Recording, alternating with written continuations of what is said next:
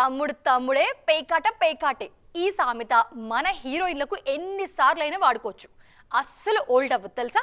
ఇప్పుడు ఇదే జరుగుతోంది. సాధారణంగా పెళ్లి తర్వాత హీరోయిన్లు గ్లామర్ షోకి దూరంగా ఉంటూ ఉంటారు. కానీ వీళ్ళేమో ఇంకా రెచ్చిపోతున్నారు. ఏంటి నమ్మరా? ఒక్కసారి ఈ ముద్దు గుమ్మలను మీరే చూడండి. ఎందుకు నమ్మరం మేమే చూస్తా. గ్లామర్ షో చేయకుండా ఇండస్ట్రీలో స్టార్ హీరోయిన్లు అవ్వడం అనేది అరుదైన విషయం. అందుకే అనుపమ, కీర్తి సురేష్ లాంటి బ్యూటీస్ సైతం హాట్ షో వైపు అడుగులేస్తున్నారు. ఈ క్రమంలోనే పెళ్లైన హీరోయిన్లు కూడా ఛాన్సుల కోసం రెచ్చిపోక తప్పట్లేదు. కీర్తి అయితే ఆఫ్టర్ మ్యారేజ్ అందాల ఆరబోతలో డోస్ పెంచేశారు. కాజల్ అగర్వాల్ కూడా గ్లామర్ దారిలో వెళ్తున్నారు.